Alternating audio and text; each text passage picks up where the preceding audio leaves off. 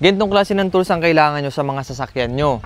Sa mga may auto dyan o kaya kung mahilig kayo mag-DIY, ito yung compact natin na toolbox. Kita nyo, para lang siyang case na maliit na manipis na napakaraming laman. 82 pieces yan guys. Ayan o, kung makikita nyo, meron siyang ratchet, mga socket, mga bala na hex, mga pang special tools, mga flower, power handle, mga lyabe. Ayan, nasa taas, di ba? Ang dami. From 8mm hanggang 22mm yung pinakamalaki. Tapos meron din mga deep socket. Ito, may mga deep socket din yan dito. Ayan, pangkalag ng spark plug o malalalim na tornilyo. Pwede nyo gamitin yan. Meron tayong 1/2 inch na driver.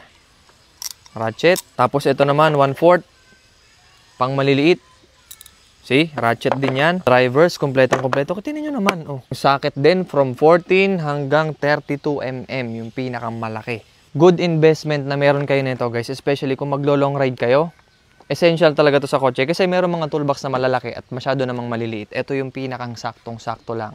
82 pieces, kung sakali meron kayong trouble sa karsada, meron kayong kailangang i-repair, gamit lang to, mafi-fix nyo na yung basic problem na possible na mangyari sa inyo sa daan. Good investment na meron kayo na itong 82 pieces na tool set. Tignan nyo kung ganong kaliit lang to.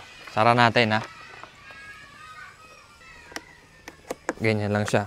O, diba? Pag dadalin mo siya, ganito lang siya. Pag dadalin mo, tulad yan, diba? Alis ka na.